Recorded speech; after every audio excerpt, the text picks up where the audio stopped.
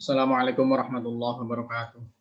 Bismillahirrahmanirrahim. Alhamdulillahirabbil alamin wassalatu wassalamu ala asyrofil anbiya'i wal mursalin sayyidina maulana Muhammadin sallallahu alaihi wasallam wa ala alihi wa ashabihi ajmain, amma ba'dah. Materi yang ke-8 atau materi kedua pasca UTS adalah membahas tentang al-qawaid al-khamsah, kaidah yang kelima. Kita tahu bahwasanya kaidah fikih ini adalah merupakan kata-kata mutiara yang kemudian menjadi bahan sebagai bentuk dari pengelompokan dari berbagai masalah fikih yang begitu banyaknya. Ya, dan ini termasuk kaidah asas, kaidah pokok yang ada 5. Ya, yang kelima ini adalah yang berbunyi al-adatu muhakkamah. Adat itu bisa dijadikan sebagai patokan hukum. Yang dimaksudkan dengan kaidah ini, kaidah yang kelima ini, bahwa di suatu keadaan adat bisa dijadikan sebagai pijakan untuk mencetuskan suatu hukum ketika tidak ada dalil dari syar'i. Namun tidak semua adat bisa dijadikan patokan tentunya.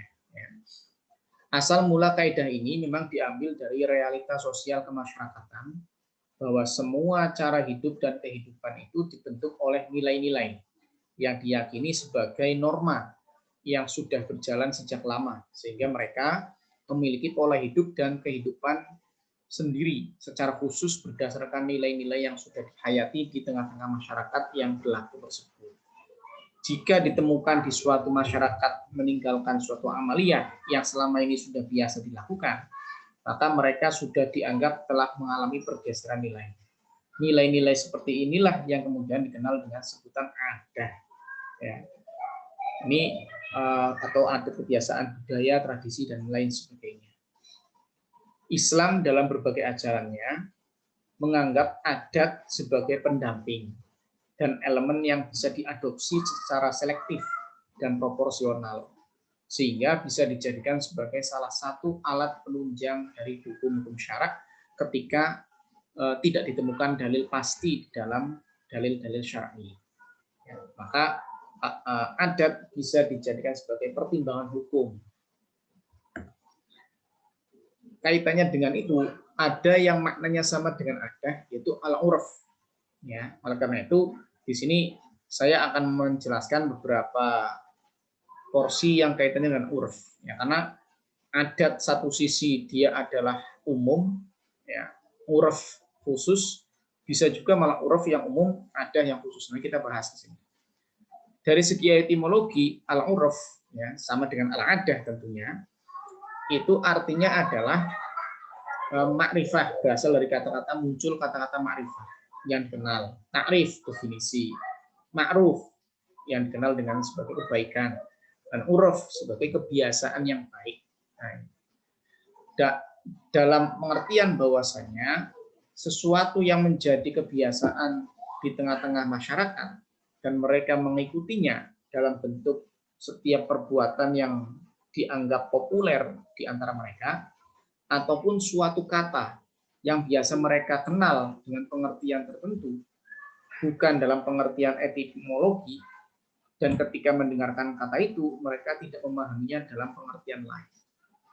Ya, seperti misalkan Honda, nah gitu ya. Kalau di antara Tegal, ya, Banyumas mungkin ya, itu kan kalau mengucapkan Honda itu kan tertuju pada motor, jadi motor itu sebutnya Honda. Ya. Ungkapan Honda ini di daerah Banyumas, di daerah Tegal, ya, itu mengerucut pada motor, pada alat transportasi yaitu berupa motor, ya.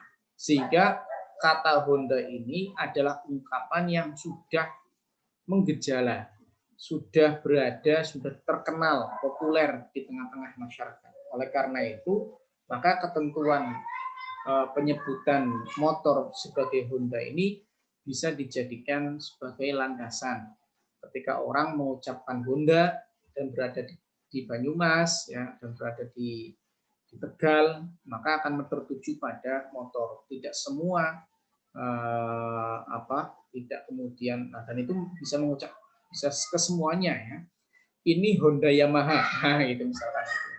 Jadi motor Yamaha, tapi penyebutannya Honda misalnya seperti itu misalkan. Ya, jadi penyebutannya Honda. Mie juga sama, mie disebutnya Indomie. Petromak ya itu kan aslinya nama, Sanyo ya aslinya adalah merek ya. Tapi kemudian pengertian itu mengerucut pada makna Sanyo itu adalah alat pompa air ya. Atau petromak itu adalah lampu ya yang menghasilkan lampu. Nah, itu adalah merupakan bahasa yang sudah terkenal, sudah populer di tengah-tengah masyarakat. Nah, itu secara terminologi uruf itu seperti itu dan sudah menggejala di tengah-tengah masyarakat.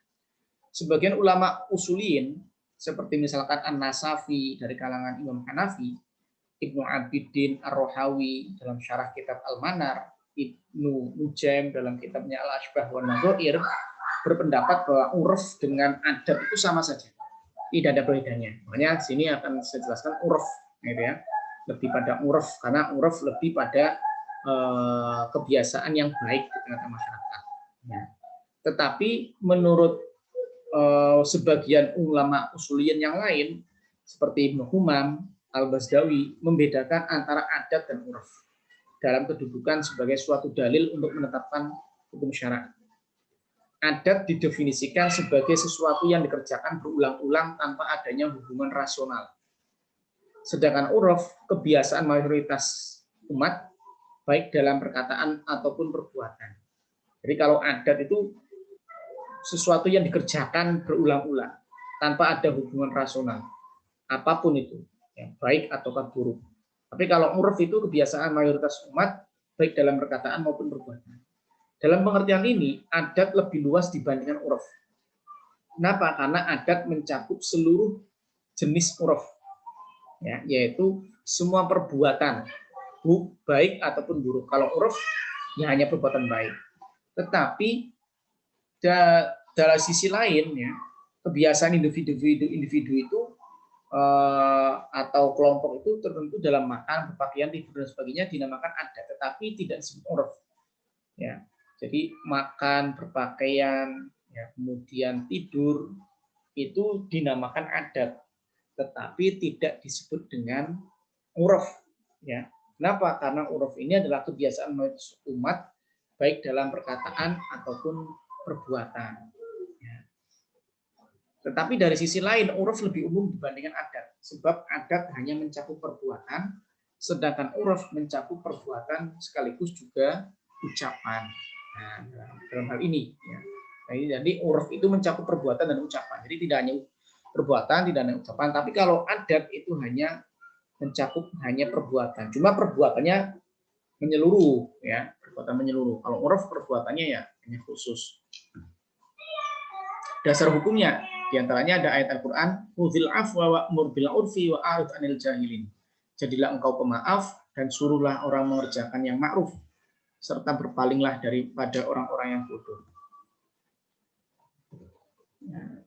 Kemudian ada beberapa hadis, ya. Ya. Tapi menurut Abdul Karim Zaidan mengkritik penggunaan ayat dan hadis yang dijadikan sebagai dalil tadi. Ya. Dia mengatakan, ya, bahwa ayat di atas itu bukan sesuatu yang menjadi dasar kaitannya dengan uruf dijadikan sebagai landasan atau istinbat hukum, pengambilan hukum. Di samping dalil-dalil tersebut, para ulama juga menggunakan beberapa argumen kehujahan uruf dijadikan sebagai landasan hukum, ya, muhakamah dijadikan sebagai patokan atau pijakan hukum.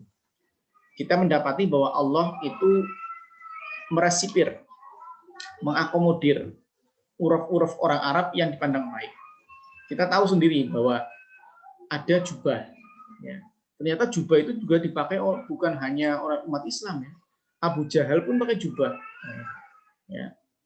Bukan kemudian jubah itu hanya orang Islam, ya. Tapi semua itu pakai jubah pada saat itu. Ya, itu kan tradisi. Ya. Memang awalnya tradisi, tapi kemudian didapati bahwa jubah itu sudah menjadi sesuatu yang diakomodir, diambil, ya, kebaikannya untuk Islam. Kemudian uruf pada dasarnya disandarkan pada salah satu dalil syarak yang mu'tabar. Jadi tidak kemudian uruf itu lepas begitu saja, tetapi diambil dari beberapa dalil-dalil syarak yang mu'tabar.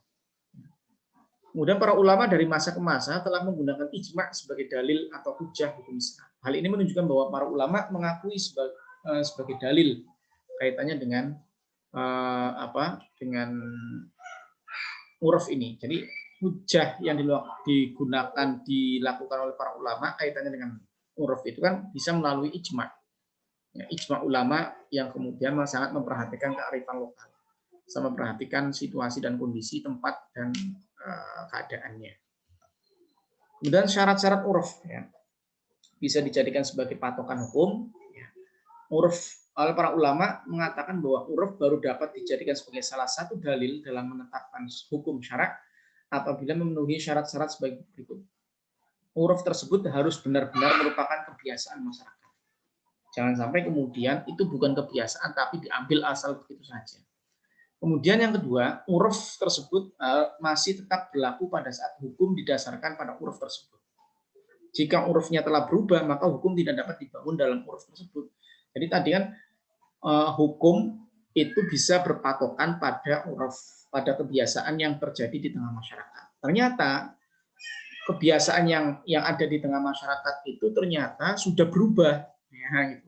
Sudah berubah, maka hukumnya tidak bisa dibangun pada uruf yang sudah berubah di tengah masyarakat. Jadi syaratnya uruf itu harus terus berlanjut. Ya, ketika uruf itu tidak ditetapkan atau sudah berubah, maka keputusan hukum itu tidak bisa digunakan untuk kaitannya dengan landasan tadi. Tidak terjadi kesepakatan untuk tidak memberlakukan uruf oleh pihak-pihak tertentu.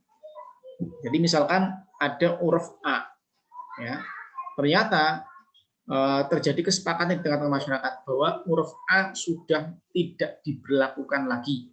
Nah, misalnya gitu. Ya.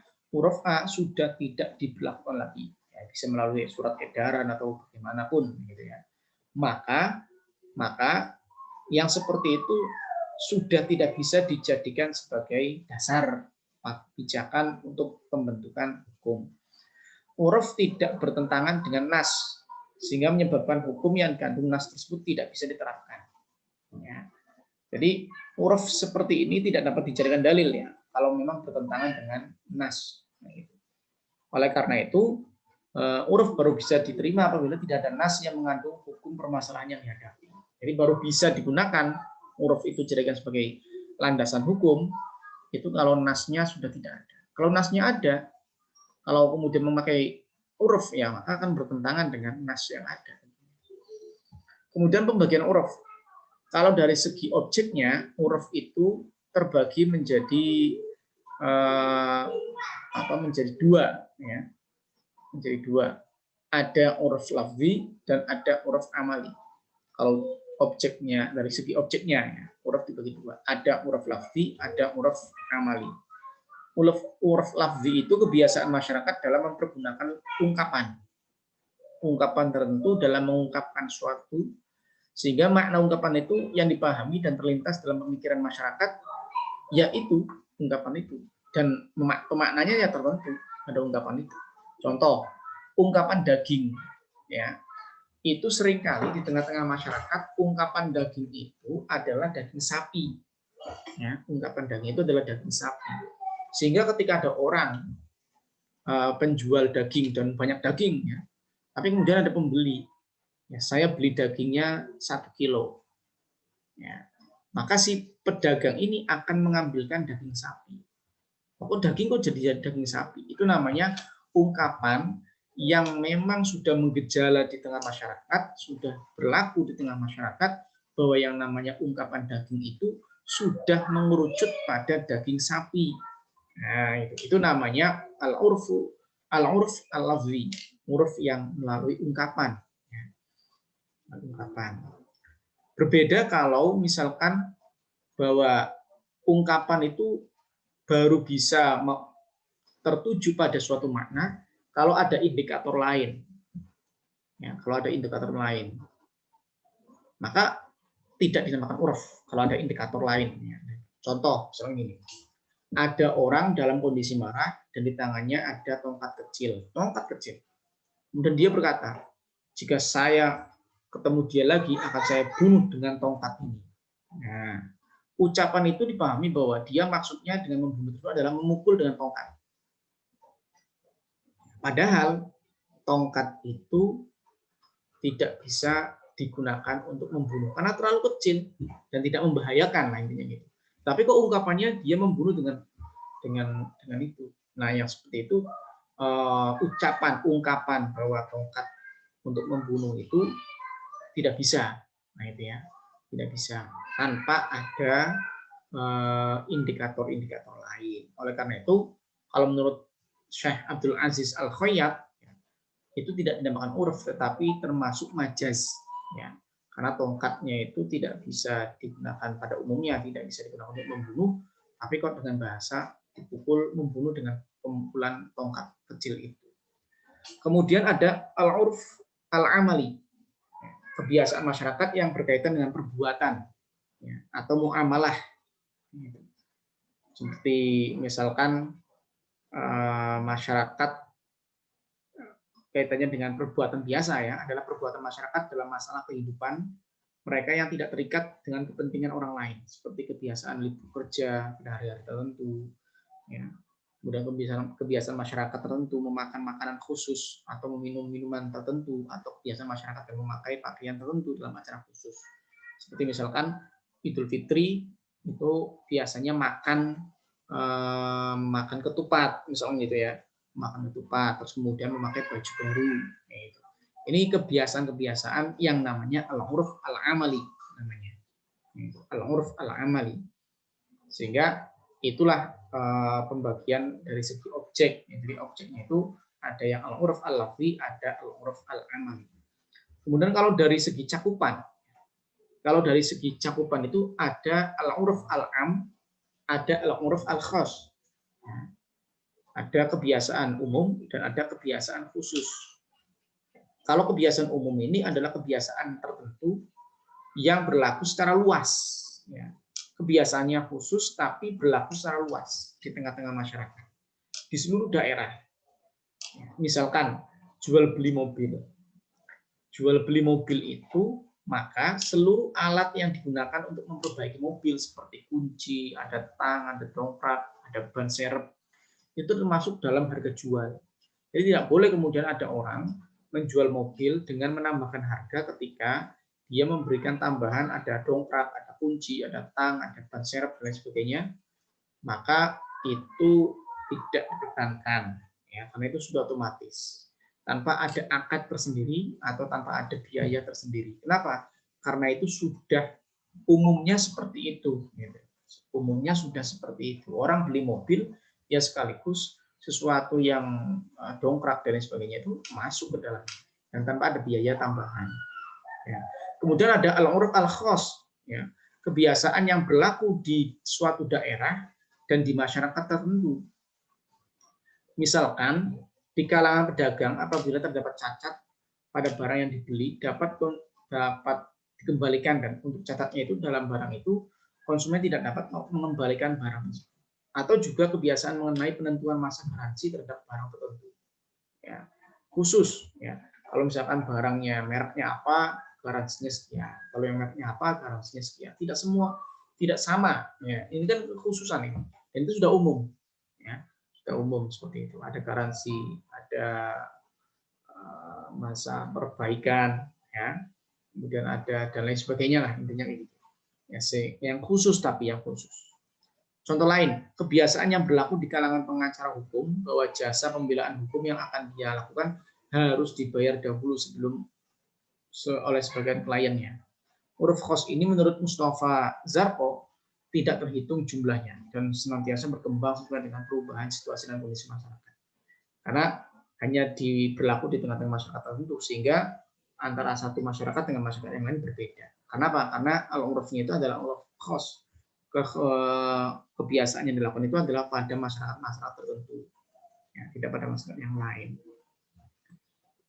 Kemudian dari segi keabsahan dari pandangan syarak, uruf dibagi menjadi dua. Ada al-uruf as-shahih, ada al-uruf yang al-fasid. uruf sahih itu adalah kebiasaan yang berlaku di tengah-tengah masyarakat yang tidak bertentangan dengan nas, baik itu ayat Al-Quran maupun hadis. Tidak menghilangkan kemaslahatan dan tidak pula memberikan kemadharatan kepada mereka. Contoh, masa pertunangan. Ya, ada tunangan, ada lamaran yang dilakukan oleh pihak laki-laki memberikan hadiah kepada pihak perempuan. Di lamaran, ya, atau pinangan, atau apalagi pasrahan, ya, dari pihak laki-laki dan perempuan dengan memberikan sesuatu hadiah itu tidak dianggap mas kawin. Dan itu terjadi di tengah masyarakat. Kebiasaan yang terjadi di tengah masyarakat. Ada sebelum pranikah, ya biasanya seminggu sebelum nikah, sebelum akad itu ada lamaran, ada pasrahan. Ya, si pihak laki-laki membawa sesuatu untuk diberikan kepada pihak perempuan, dan itu adalah merupakan kebiasaan di tengah-tengah masyarakat. Ya, dan kebiasaan itu dibenarkan, ya, selama memang memberikan maslahat dan tidak memberikan madharat kepada mereka. Kemudian ada al-uruf al-fasid, kebiasaan yang bertentangan dengan dalil-dalil syarak dan kaidah-kaidah dasar yang ada dalam syarak. Misalnya, kebiasaan yang berlaku di tengah masyarakat itu pedagang dalam menghalalkan riba. Biasa, tapi sudah biasa. Tapi karena haram, nggak bisa itu. Al-uruf al-fasid namanya. Kemudian, contoh lain misalkan kaitannya dengan apa? Biasanya ketika dia sedang bahagia maka minum minuman keras misalnya. Ya, itu tidak bisa, itu namanya al-uruf al-fasid. Ya. Atau ketika dia sedang kemudian bagaimana gitu ya, atau kebiasaan yang kemudian ketika ada hari momen itu harus mengorbankan diri. Nah itu namanya al-uruf al-fasid. Nah sekarang permasalahan uruf. Jadi ada beberapa permasalahan yang terjadi ketika kebiasaan itu berlaku di tengah-tengah masyarakat. Jadi uruf yang berlaku di tengah-tengah masyarakat itu ada kalanya bertentangan dengan nas dan ada kalanya bertentangan dengan dalil syarak yang lain. Untuk itu, maka para ulama usul fikih merinci. Misalkan pertentangan uruf dengan nas yang bersifat khusus. Apabila pertentangan uruf dengan nas yang bersifat khusus menyebabkan tidak berfungsinya hukum yang dikandung nas, maka uruf tidak dapat diterima. Contoh kebiasaan di zaman jahiliyah itu dalam mengadopsi anak. Ya. Anak yang diadopsi itu statusnya sama kayak anak kandung. Ya, sehingga bisa mendapatkan warisan atau beberapa ketentuan lainnya kaitan dengan anak kandung. Padahal itu anak angkat, anak adopsi. Ya. Hanya kemudian Kanjeng Nabi itu pernah, dan itu dikuatkan juga di dalam Al-Quran, Kanjeng Nabi itu pernah mengadopsi sahabat Zaid bin Harithah, ya. Sahabat Zaid bin Harithah itu diangkat anak oleh Nabi. Bahkan orang-orang atau masyarakat pada saat itu menyebut bahwa Zaid bin Muhammad, ya, sampai kemudian nama Nabi itu muncul, Zaid bin Muhammad. Tetapi karena anak angkat, maka tidak kemudian, ya. Tapi bagi kalangan orang jahiliyah, anak angkat ya kayak anak kandung, ya. Terus kemudian Zaid ini menikah, kemudian diceraikan oleh Zaid. Nah, istrinya Zaid dinikahi oleh Nabi. Gegerlah masyarakat pada saat itu. Loh, kok bisa putri menantu dari anak angkat kok dinikahi? Nah, gitu. Padahal kan antara menantu dengan mertua itu kan mahramnya kan selamanya. Mahram itu selamanya. Oh, kok dinikahi? Nah, itu kemudian turun ayat.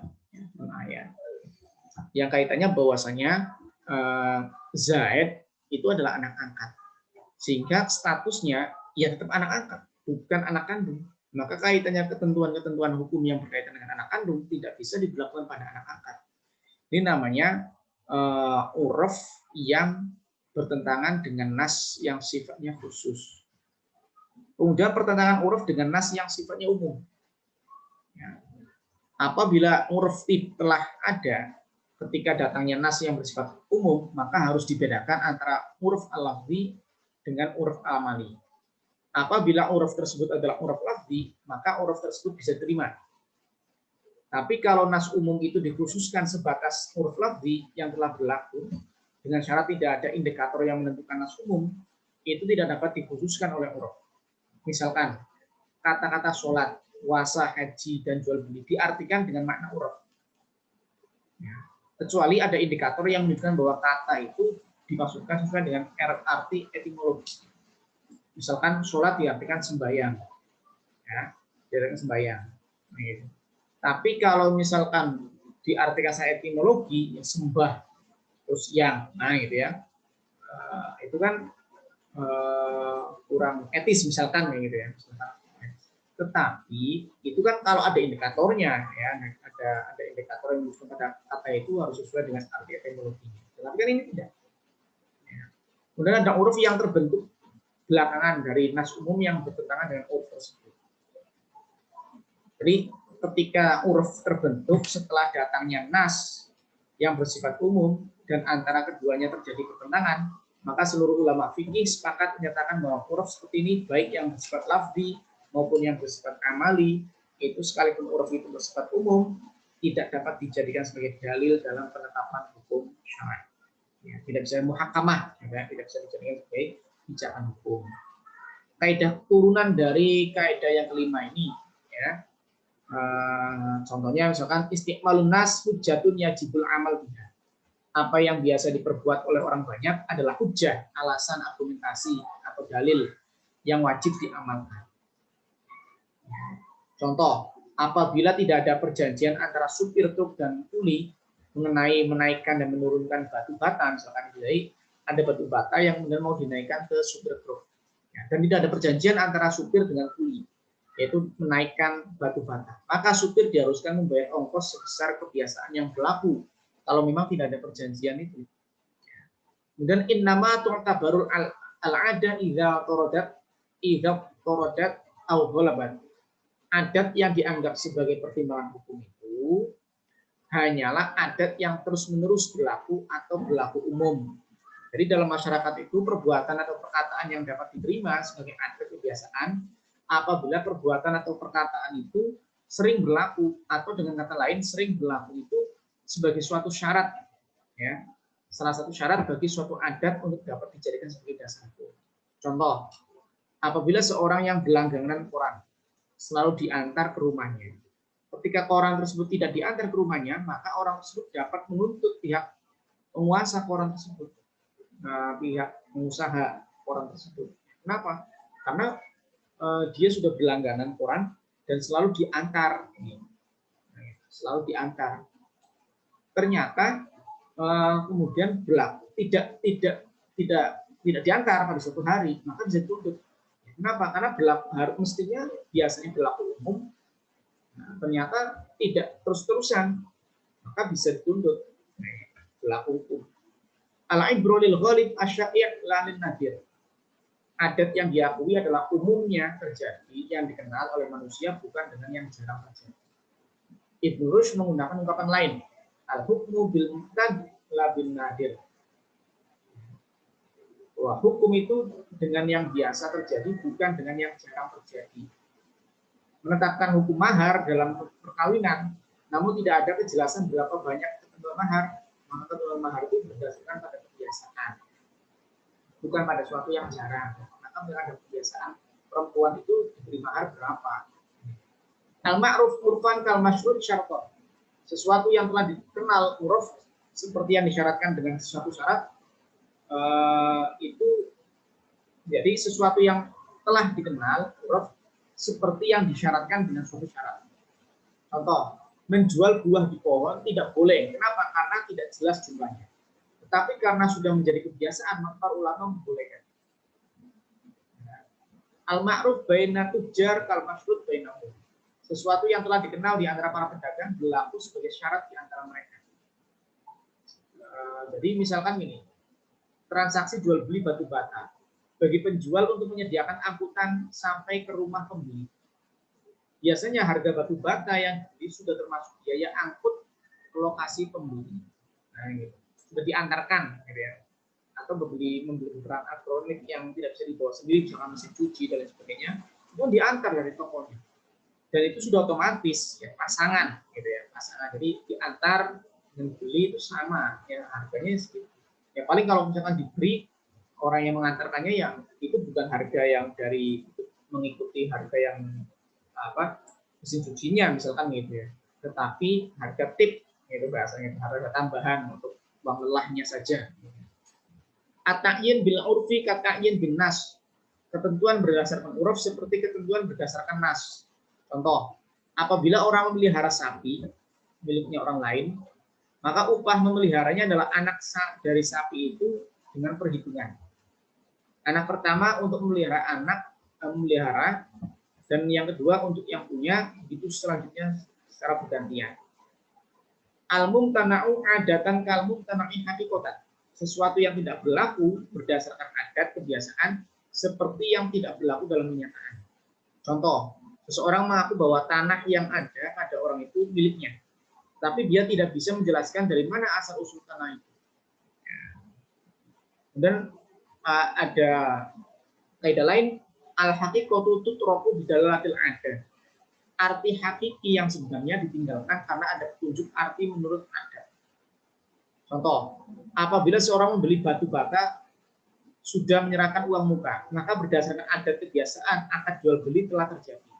Maka seorang penjual batu bata tidak bisa membatalkan jual belinya meskipun harga batu bata itu naik. Ya, ini hakiki, arti hakiki ditinggalkan karena ada petunjuk menurut adat. Al-iznu al-urfi kal-iznil lafzi. Pemberian izin menurut adat kebiasaan adalah sama dengan pemberian izin menurut ucapan. Izin secara kebiasaan itu seperti izin menurut ucapan. Ini biasanya dipraktekkan dalam ketika wali mujbir, wali yang punya hak untuk memaksa anak perempuannya untuk nikah. Ada kebiasaannya bahwa pemberian izin itu ya, menurut adat kebiasaan itu sama dengan menurut ucapan. Kemudian contoh lain, apabila tuan rumah menghidangkan makanan untuk tamu, tapi tuan rumah tidak mempersilahkan, maka tamu boleh memakannya, sebab menurut kebiasaan bahwa dengan menghidangkan berarti mempersilahkan. Tidak perlu ada ungkapan dari tuan rumahnya gitu, karena menurut kebiasaan seperti itu. Contoh lain, mukenah atau rukuk di masjid itu kan bagi perempuan yang datang ke masjid mau sholat, kemudian di masjid menyediakan mukenah, itu tidak perlu kemudian perempuan yang akan menggunakan mukena itu mencari takmir untuk minta izin, tidak perlu. Kenapa? Karena pada umumnya itu sudah dipersilakan ya pada umumnya. Takmir menyediakan rukun mukena, ya untuk penyediaan kebiasaannya disediakan untuk orang-orang yang sholat. Jadi tidak perlu izin. Itu namanya al-idznul urfi kal-idznil lafzi. Mungkin itu materi yang dapat disampaikan. Terima kasih. Assalamualaikum warahmatullahi wabarakatuh.